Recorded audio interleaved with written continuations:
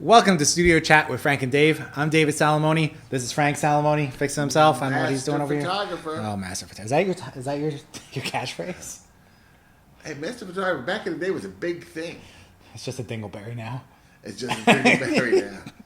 You know WPPI, I know nothing about it. They have a master photographer. They have all sorts of weird different levels. Yeah, it's a whole different. It's a tangent. All right, well, today we're going to talk about not being a master photographer, but being a shoot and burn photographer versus being a photographer that is more of a service, product oriented photographer. I don't even think there's a name for that.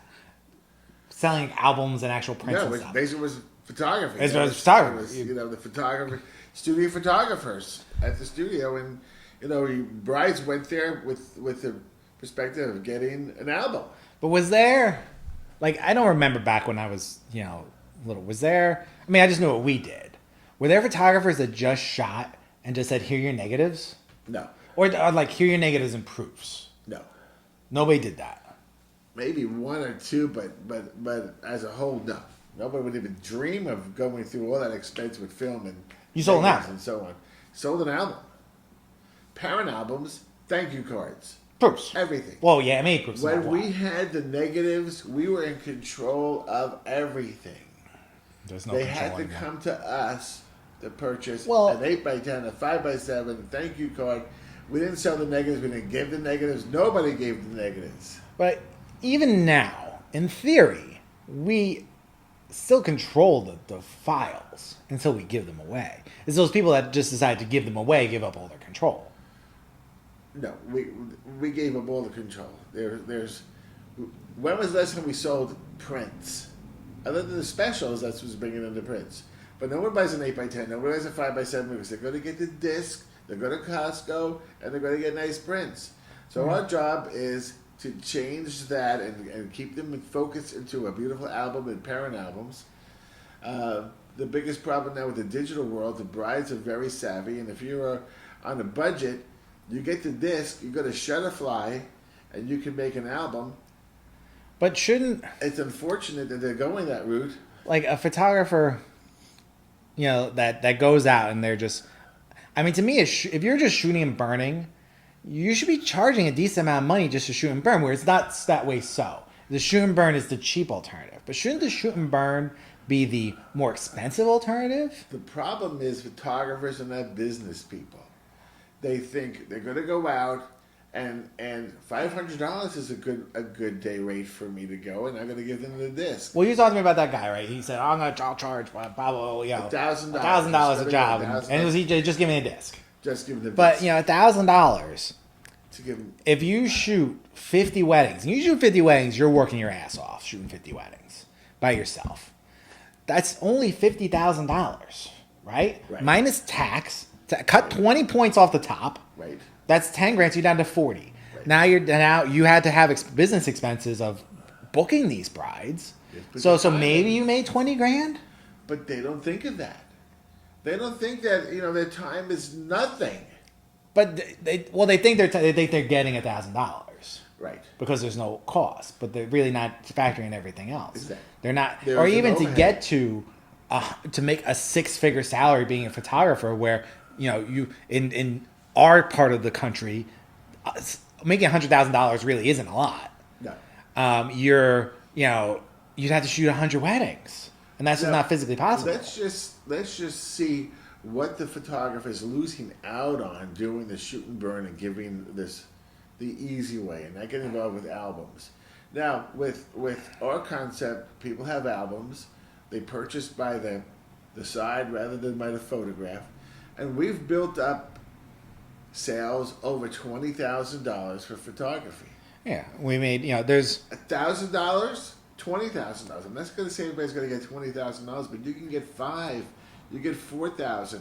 You can make a lot more money when you put it together and give them a finished product. But you're working more. You're putting more effort into the client.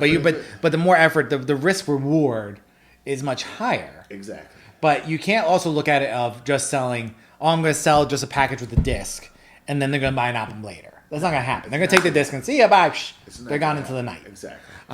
Where you got to have some control over them. I mean, if you're just starting out and you're getting brides from Craigslist, it's a good place to start. But once you get your feet wet, it's time to progress into something that's a little bit better, where you turn it into a business. Well, then, even at that point, I guess we were talking about a different topic then. But shouldn't that photographer getting their feet wet go and shoot for a larger company to get their feet wet and be guaranteed they probably make more money per job starting and getting their feet wet and cutting their teeth that route than starting off on their own. The time has changed so much that there's a lot of the main street photographer is no longer in town. They're working out of their house. Because they're all gone. These people. So these people who pick up a camera and they take pictures of their friends and they go to Best Buy and they get with these digital cameras and they can see the photographs, and some of them are coming out pretty good. Now they're a photographer, but they don't. That's just 10% of what you really need to know. Well, yeah, you have to be a business person. Exactly. And you have to do the math to make money. So being that you can see the image right behind them, you don't have to go and work with another. I mean, it's more advantageous so that you learn. I mean, but isn't that what we did back in the day? Like we had many photographers go through, like I saw when we were little, and then they went on their own. But they got a base knowledge of working with us. And they did very well for themselves. And as opposed to just going in, to a profession, just an unknown and saying I'm going to take wedding pictures when it's a very difficult job. It's so easy to do now because you get some images, you post them on Facebook, and all of a sudden you're going to get a following, and you're going to get, it's unfortunate that, 70% of the photographers out there are really newbies, and that's how they started. But are you going to make, all right, so let's look at it from the point of the newbie. Are you going to make money, or are you going to burn yourself out being a shoot and burner? They don't, being that there's so much time has passed between the economic downturn and the start of the digital at the year of the 2000 millennium. Now it's 2015. 15 years have gone by. A lot of master photographers and photo studio owners are done. They don't have those places to go. They can go to creative. No, but like even they learn like say they're a newbie. They got a couple of jobs under their belt. They look at their 2-year goal. They want to really do this for a living. Should they aspire then to transition themselves into a more product service orientated photographer, or are they going to burn themselves out being a shoot and burner? See, the problem is you're thinking like a true businessman, like they should be thinking, but they're thinking of having fun taking pictures.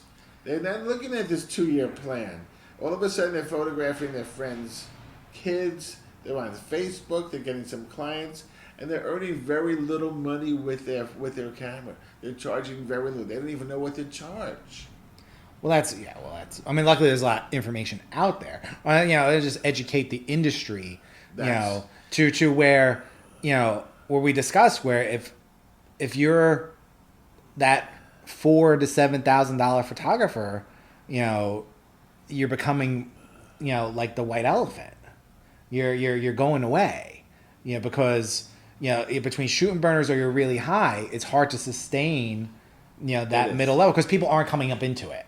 They're plateauing at like $3,000 because I don't know if they think that's all they can get, or they think that's a good value. It's basically, like you said, the education. The back in the day we had a lot of education. It was hands-on education. You had meetings, photograpers meetings, and so on. Now everything's on the internet, like we are right now. Creative Live, and like we are right now. This is the way.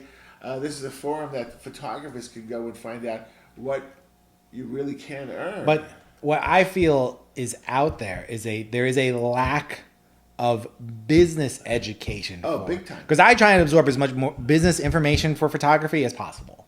Where there's not, besides a few people like Sal Sincata, and he's the only really one. And Susan Shipley talks a little bit about, but a lot of people more focused just on the creating the images, not how do we make money from creating the images. Exactly, and that's what's missing big time.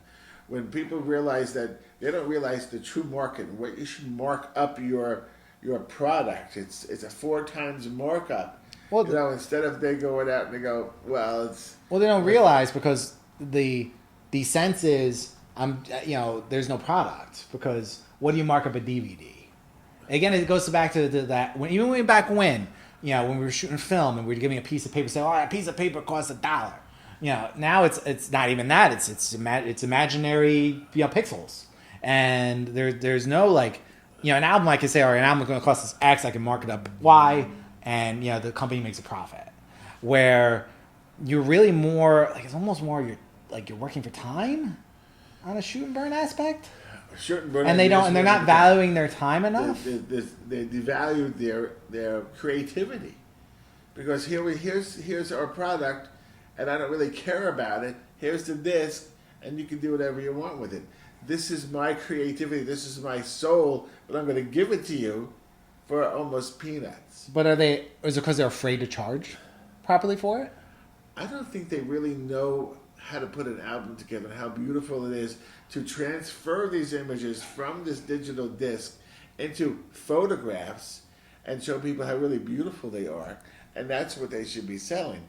This is a creative part. Giving them a disc, what creativity is that? There's none. Because, and how much time are you spending on those images that are on that disc? It's very for us, it's the proofed images. But yet they only get it with an album for us, because the album is our profit center. Exactly. We value our products as part of the service, where them it's just them showing up in a service, but they're not even valuing their service enough. Where even like maybe you charge $3,000 for a shoot and burn, but even do that math, you're not making that much money.